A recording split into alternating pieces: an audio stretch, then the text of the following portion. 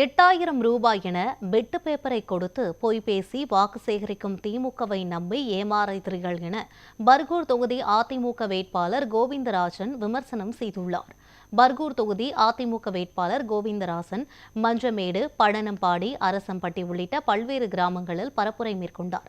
அப்போது வாக்காளர்கள் மத்தியில் பேசிய கோவிந்தராஜன், பள்ளிக்கு அனுப்பிய மாணவிகள் வீட்டிற்கு வரவில்லை என்றால் பதறி அடித்து ஓடக்கூடிய நிலை ஏற்பட்டுள்ளதாக குற்றம் சாட்டினார். மேலும் எங்கு பார்த்தாலும் கஞ்சா உள்ளிட்ட போதைப் பொருட்கள், கலாச்சாரம் மற்றும் பாலியல் பலாத்காரம் அதிகரித்து விட்டது என தெரிவித்தார். கோட்டப்பட்டி சுற்றுவட்டார பகுதிகளில் அதிமுக ஆட்சி அமைந்தவுடன் வீடுகள் தோறும் குடிநீர் வசதி செய்து தரப்படும் என உறுதியளித்தார்.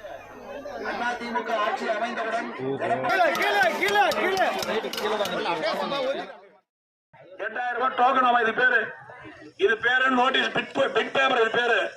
இது கொடுத்துட்டு தாய்மார்கிட்ட 8000 ரூபாய் டோக்கனை நீங்க மளிகைல போய் பொருள் வாங்கிக்கோன்னு கொடுக்குறாங்க. இது 8000 ரூபாய் கொடுத்தா பொருள் கொடுப்பாங்களா? நம்மளுக்கு கொடுப்பாங்களாமா? உதவாமா கொடுப்பாங்க.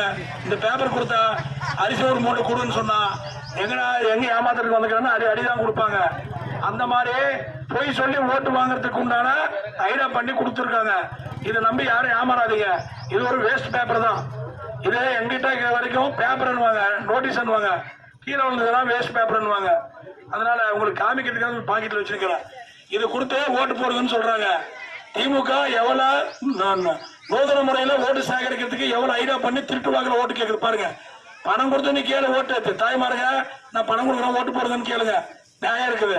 ஆனா ஒரு பேப்பரை கொடுத்து இது பணம்னு சொல்லி ஓட்டு கேட்கறீங்களே, தர்மமா?